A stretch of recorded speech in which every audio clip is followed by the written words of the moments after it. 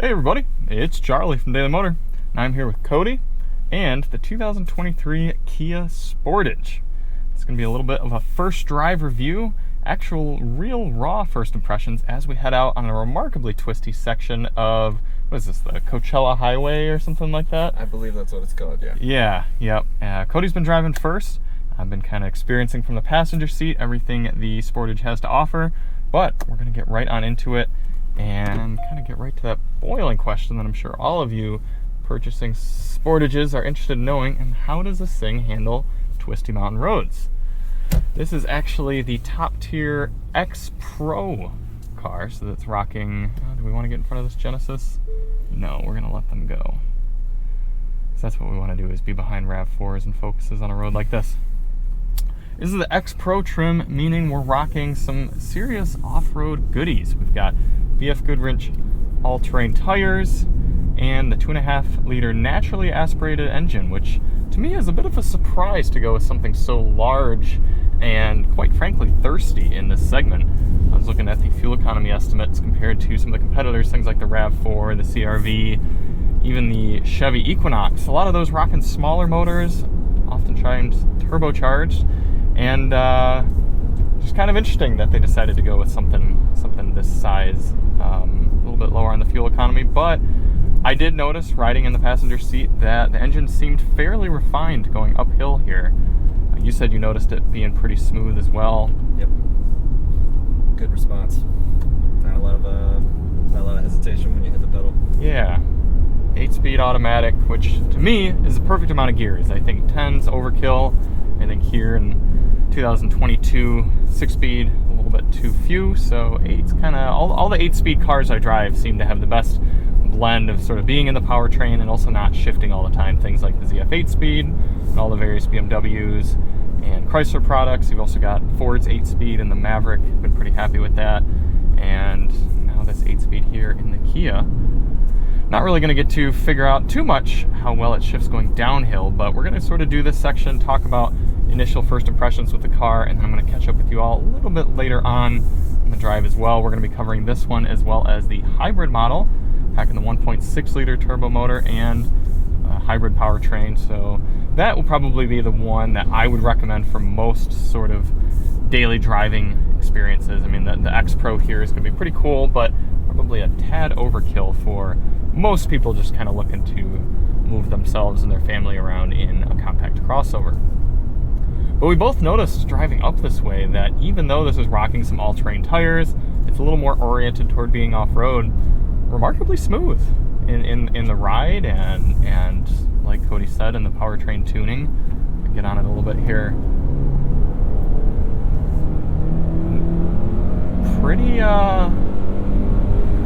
Pretty quiet, I gotta say. The engine's not like a RAV4 where it's just screaming. No, it doesn't drone at you. No. We do have some manual shifting abilities. No paddle shifters, thank goodness. It bothers me when a car that has no business being driven sporty has paddle shifters, but at least we do have a way to manually change our gears. Let's see if it shifts for us. It probably will, being a Kia. Yep, no holding gears up at the top at red line there, but again, probably not what most Sportage X-Pro people are going to be going for, but we can pull some G's there. I can kind of feel the tires squandering a bit on the edge of grip. Not a lot of screaming, but actually I'm pretty impressed with that motor. Let's switch on over to sport mode and see if we get any artificial noise. You can see how the gauges kind of go to a cool gray look. I do hear some of that artificial noise coming through, some of that kind of vacuum cleaner sound. It seems to be taking those bumps pretty decently well. I'm surprised they didn't pair up with any bougie shock manufacturer. They didn't really talk about suspension at all on these X-Pro models. I expected them to name drop Bill Steen or something like that. Yeah, Bill Steen, Fox, somebody. Right.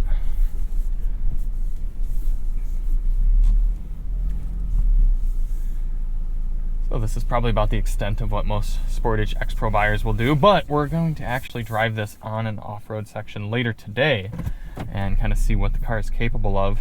We'll do a little bit more of the interior looking around as well. Of course, we're going to have the Sound system demoing the Harman Kardon system. Is this rocking Harman Kardon? It should. Yep, I see the Harman Kardon speaker grills down there. Talk about all the various features it's got. Heated and cooled seats, heated steering wheel, wireless device charging, all those goodies. But super raw initial impressions.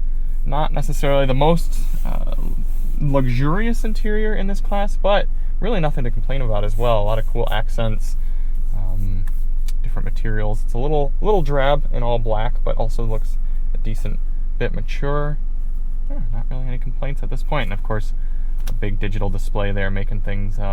We were kind of thinking it looks sort of like the mid 2010s S-Class when Mercedes came out with that first all sort of one panel display. It's kind of got that look to it. So cool. We're gonna get a few shots and then catch up with you a little bit later on the drive. All right, we're out here now in the hybrid model. We just got done with some lunch. We did some off-roading in the X-Pro. Actually pretty decently impressive. If you do want to see that, I'll throw the link in the description. Overall though, I think more than most people are going to be doing with their Sportages, but it's nice to know that if you are doing some sort of dirt road driving, tracking, anything like that, you're going to have the confidence to stop, go, get up what you need to, and say a deer runs out in front of you, you're going to have a little extra traction with those all-terrain tires. But what more people should probably be looking toward is this hybrid model. It's coming with a 1.6 liter turbocharged motor, and oddly enough, a conventional transmission. I'm not a big fan of conventional transmissions in hybrid vehicles. And before you all get at me, CVTs suck, you shouldn't have those. CVTs have their purpose, and I really do think cars like the Toyotas that have CVTs in their hybrids, it works pretty well because you're dealing with this on-again, off-again engine situation, and in a car like this, if we, I don't know if there's a way, it doesn't seem like there's a way to lock it into electric mode, but if we kind of come to a stop, we're going to feel the shifting of the transmission in there, whereas with the CVT, you're never going to feel that. So it's kind of interesting they chose to go with conventional transmission, and unfortunately they did put paddle shifters on here because it's an entirely different shifter. But 90% of people who buy a hybrid vehicle like this are not going to be using their paddle shifters. They're simply going to put it in drive and drive. And for that, it's actually been pretty impressive so far. We've had some hustly roads, but also just kind of cruising here on the main drag. And this 1.6 liter, if I turn the AC down a little bit, it's really quite refined. I've been impressed by the refinement of this vehicle all day. The ride quality seems to be pretty comparable on these standard all-season tires compared to the BF Goodrich's. Hybrid does feel a little bit heavier, but the steering lightens up in your Smart and Eco drive modes. Sport, it actually gets remarkably heavy. It's it's an artificial weight, you can tell, but I think it's pretty satisfying. It gives you a pretty noticeable difference between drive modes there. I was talking with some of the people at lunch and with Cody here on the drive as well. There's really nothing not to like about this car so far. I haven't even found any nitpicks at this point. Has anything stuck out to you? No, nothing to me. I mean, it seems to me exactly what you want for an SUV like this. It's comfortable, it's competent, it's good all around. Yeah, and I know that sounds like kind of a, you're on a press trip, journalist sort of cop-out answer, but it really is true. I'd be telling you guys if there was something, like you remember if you watched my EV6 review, it had these touch-sensitive buttons on the center console, and I kept hitting them when I went to adjust the HVAC controls. This doesn't have anything stupid like that.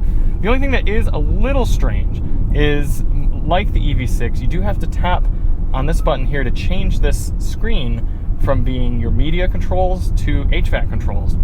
And multiple times for myself, as well as colleagues when we were at lunch, they were doing a music demo, and he went to go change the volume, because this is usually the volume knob, and he turned the HVAC up or down. And that happened to me as well while I was testing out the sound system earlier. You could probably get used to that if you owned this car, and you could just use the steering wheel controls, I suppose, but I can almost guarantee there's going to be owners that reach down and go to adjust their radio, and actually they're turning their climate control up or down. So yeah, that's about as close as I've gotten to a nitpick with this car at this point. I'm also not a huge fan of the fuel economy numbers for the gas-only car. I do think it's probably worth stepping over and up to the hybrid.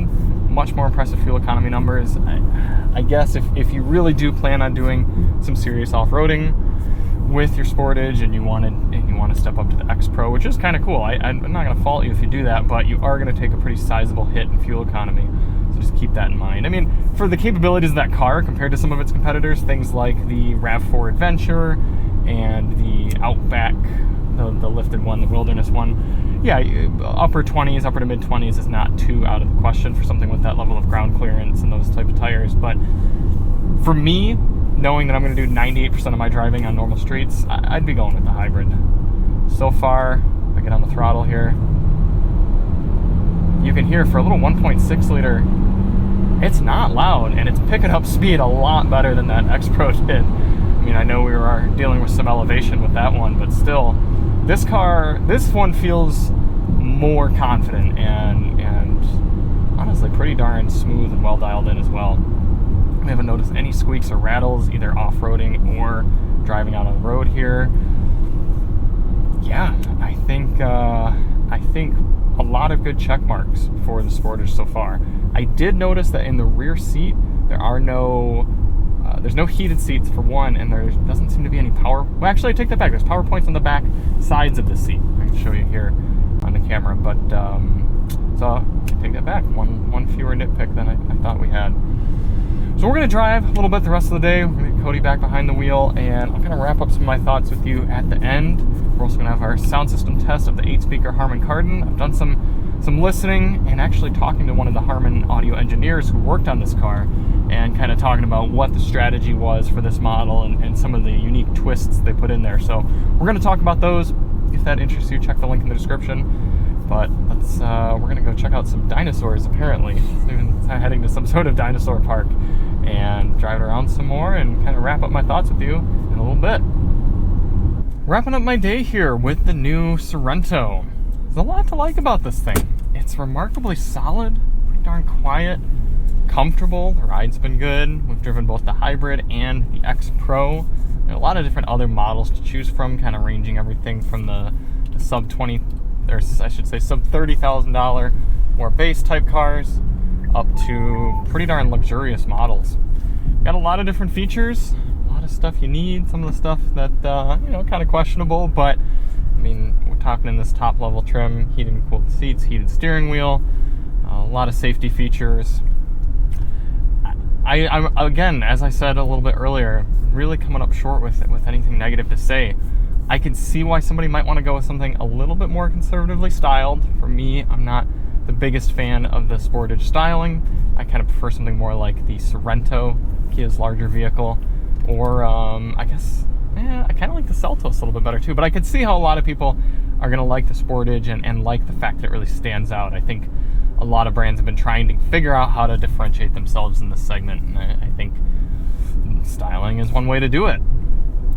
The size is going to appeal to a lot of people as well. You still technically have this 2-row crossover, decent amount of space in it, more than a lot of competitors. I think a lot of people are going to really appreciate that, much bigger than the previous Sportage.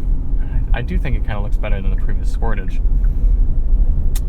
The fact that you can go and do such hardcore off-roading, I say hardcore, relatively speaking, such advanced off-roading given this class, a little bit short of something like a Jeep, but still pretty darn good. I think some people are going to appreciate that. I don't think that's going to appeal to everyone, but for the people who doesn't, you got the hybrid. Oof, and this cooled seat is blowing on me really well, even on just the lowest fan settings. So I like to see that. Yeah, I think I could go for maybe a few more exciting exterior colors and interior colors, but it's a good mixture of fun and mature. And at the end of the day, I think the best thing I can say about this car is that a lot of it just makes sense. People are going to be able to get into it, drive it, and use the car in their everyday lifestyle and just have it work. And oof, tight. And for most people, that's what they want in this class. So thank you all so much for watching. Got a lot of coverage on the new Sportage. We've got the off-road driving, the sound system test, and we'll do some fuel economy testing when we get it back at DMHQ. And as well as kind of a little bit more of a review of living with it for a while and kind of what we think after spending some more time. But upon initial impressions, Kia has done a lot right with this car. I'm not surprised. Kia's been killing it lately. So keep it up, Kia. And if you like the looks of it, I highly recommend you check one out. Thank you all so much for watching, and we'll see you on the next one. I'm Charlie with Daily Motor, and as always, drive on.